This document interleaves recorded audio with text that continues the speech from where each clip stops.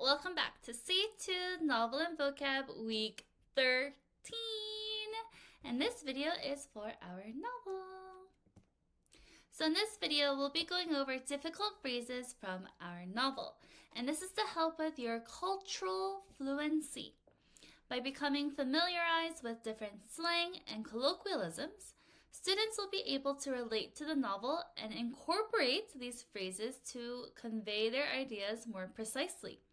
Basically, what that means is we're going to go over some quotes here that we don't really understand, and then after I explain it, hopefully you'll be able to not only understand the book better, but you'll be able to use these phrases in real life. And starting from this video, we'll be going over The Lemonade War, our new book, and we'll be going over chapters 1 through 3 in this video. So let's get started. First, what I would like you to do is go to page 3. Let's start from the very top of page 3. Ready? He went back to lying on the floor. Flop, flop. Then he heard the basement door open. Psh. Evan caught the ball and froze. Evan? Jesse's voice sounded echoey in the darkness. Evan, you down there? Evan held his breath. He lay completely still. The only thing that moved was the pins and needles prickling his fingers. He heard the door start to close, long breath out, but then it stopped and opened again. So we have a character here named Evan hiding from another character named Jesse. But what we're going to go over first is, what does pins and needles here mean? Are there actually these pins and needles pricking his fingers at this very moment as he was throwing the ball up and down? What does this mean? So, pins and needles refers to the tingling or prickling sensation you feel when pressure is applied to a nerve or when your circulation is cut off temporarily. Kind of like when your hands falls asleep and it kind of feels tingly. It feels like small needles are poking at your skin. This phrase likely comes from the physical sensation people feel in their limbs, which are your arms or legs, after remaining in one position for too long, resulting in reduced blood flow, meaning the blood's not moving in our body. Once movement starts again, the nerves begin to react, causing this prickly sensation. So this phrase is used to describe a very specific feeling that people get from all ages. The comparison to pins and needles captures the sharpness of this feeling. So when can I use this? We can say an example sentence like, after sitting on his leg for too long, he felt pins and needles when he tried to stand up. Or we can also say, she shook her arm to get rid of the pins and needles feeling after leaning on it. So in this part of the book, Evan feels the pins and needles prickling his finger. Why? Because he froze. He was throwing the ball up and down and catching, throwing up the ball and down and catching it, and then he was just frozen like this so that he wouldn't make any noise and get caught from his sister Jessie. So then, very good. Let's move on. Pins and needles. Page 4. Page 4. The quote is at the bottom, but I'm going to start in the mid part of our book. 1, 2, 3, 4. The fourth indent in where it says Evan. Everybody there? Page 4, paragraph Evan. It says, Evan didn't say anything. He went back to throwing the ball. Straight up, straight down. Maybe silence would get Jesse to leave. He was starting to feel words piling up inside of him, crowding his lungs, forcing out all the air. It was like having a chest full of bats, beating their wings, fighting to get out.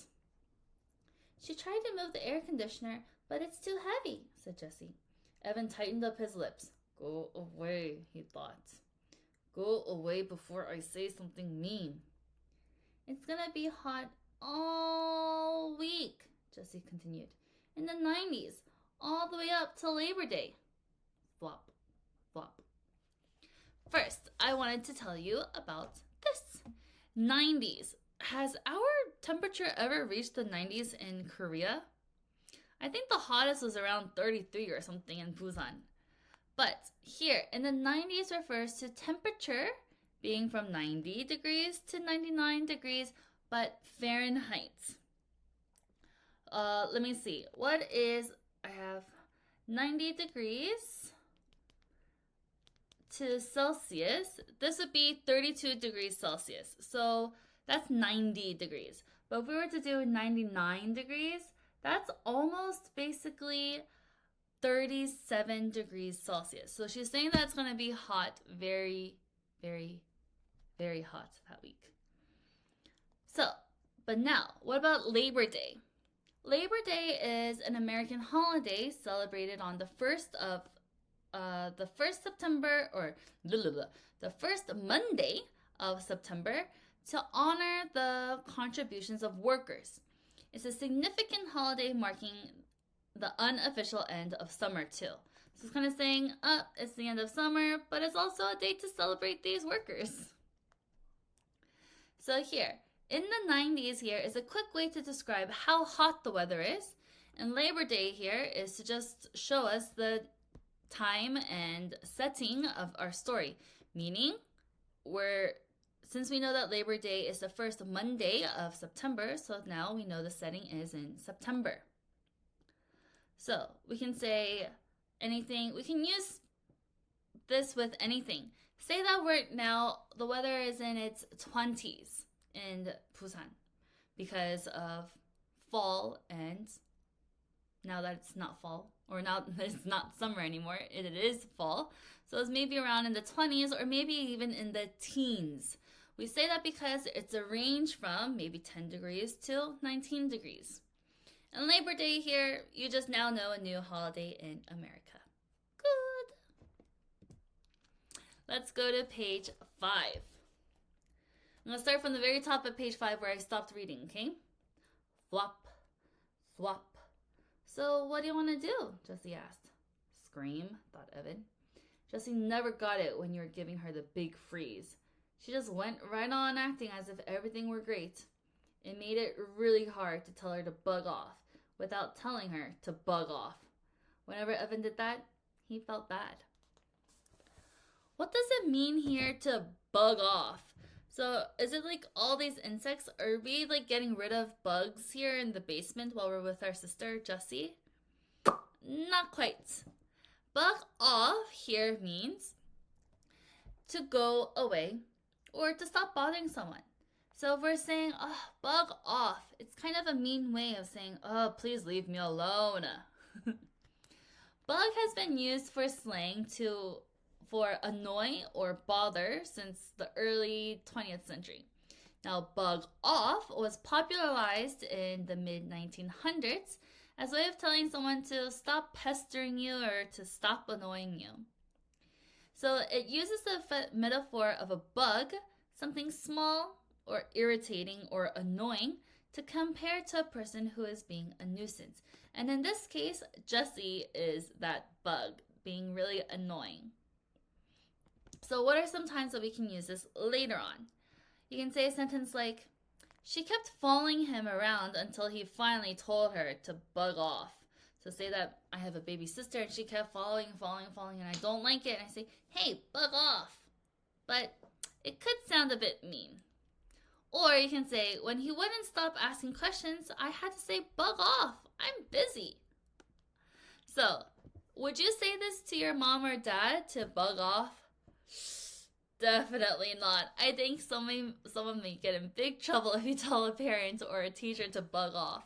It's usually used between friends or someone who is younger. Bug off. But again, is this a nice phrase? Not really. Let's go to page 14 and look at this video here. This man, what's he doing? He is pitching a ball. He is a pitcher for baseball. And now, let's go to page 14 after we watch that video. I'm going to read from the very top. It says, Chesky read the letter through once. Well, she said, this is a curveball. She looked right at Evan. Jessie thought her face looked worried. Evan, you and Jessie are going to be in the same class this year. You'll both have Mrs. Overton. A curveball. So usually a pitcher has many different types of balls or pitches that they throw. A curve ball, a spinning ball, regular ball. I'm not quite sure what all the names are. But here, what does the word curveball mean? Curveball means an unexpected challenge or surprise, especially since it's something tricky to handle. So this phrase comes from, as I've said before, from baseball, where a curveball is a pitch that suddenly changes direction, making it difficult for the batter to hit. So a curveball may go like this, but then all of a sudden curve to the other side. So why is this phrase used? It's a metaphor for life throwing something difficult or unexpected, just like a curveball in baseball is hard to predict. So as you see here, Jesse and Evan are not the same age, right? They were not supposed to be in the same grade, but this letter said that she was going to be in the same class as her older brother, Evan. So it's a curveball. We didn't expect it, and it may be something hard for them to kind of situate. So when can we use the word curveball? In the sentence you can say, the sudden news of the project's deadline being moved up was a real curveball. So say that you had a project due like in December, but all of a sudden the teacher said, nope, it's due November 1st. That's a curveball. You didn't expect it, and it's going to be hard to get out of. Or you can say, life threw me a curveball when I had to change my travel plans last minute. So maybe something happened and you had to change your plans. It was a curveball because it was unexpected and it was a surprise. So you can use this curveball anytime. Say that your teacher suddenly gives you a test in class and you didn't know about it. You can be like, wow, teacher, that's a curveball. I didn't think that you're going to give us a test today. Or say that it's raining and snowing right now in November, early November. You'll be like, oh, that was a curveball. I did not expect it to rain and snow, especially in Busan. Curveball. Now, let's go to page 17, shall we? Page 17. I'm going to read from the first indent. You ready? It says, Jessie rested the book on her stomach and stared at the ceiling. People were confusing. She'd rather do 100 math problems than try to figure out someone else's mixed up feelings any day of the week. That's why she and Evan got along so well. He'd just tell her straight out, I'm mad at you because you ate the last Rice Krispies treat. And then she could say, sorry, hey, I've got some Starburst in my room. You want some? And that would be that. Evan was a shoot straighter. What is a shoot straighter? Do we all have guns here? Are we just shooting this and we're able to shoot it straight? What does it mean here, a straight shooter? A straight shooter is someone who is very honest and direct. As you can see in this arrow here, it goes straight, right? Without beating around the bush. So they're not trying to just talk about other things, but they're direct with you. This term likely comes from target shooting, as you can see in my red little picture over here. Where a straight shooter is someone who shoots very accurately. They hit the bullseye very well. So in conversation, it means someone who speaks or acts in a straightforward, no-nonsense manner. They just get to what they want to say and don't talk about anything else. It uses a shooting metaphor to represent being on target with truthfulness and directness. So here, as you can see in the squiggly line here, we're not going all the way around. We're a straight shooter. We just say it honestly and directly. So when can we use this? You can say something like, oh, you can trust Miss Kimberly. She's a straight shooter and always tells it like it is. Meaning, I'll be honest with you and I won't lie to you. Or you can say, Evan, in this book, is known for being a straight shooter, never hiding his true thoughts. So when Evan is mad, he'll show you that he's mad. When Evan is happy, he'll show you that he's happy. He's a straight shooter. Very true with our own feelings and not trying to hide it away from anything else. A straight shooter. Next one, page 34. Let's go all the way to page 34.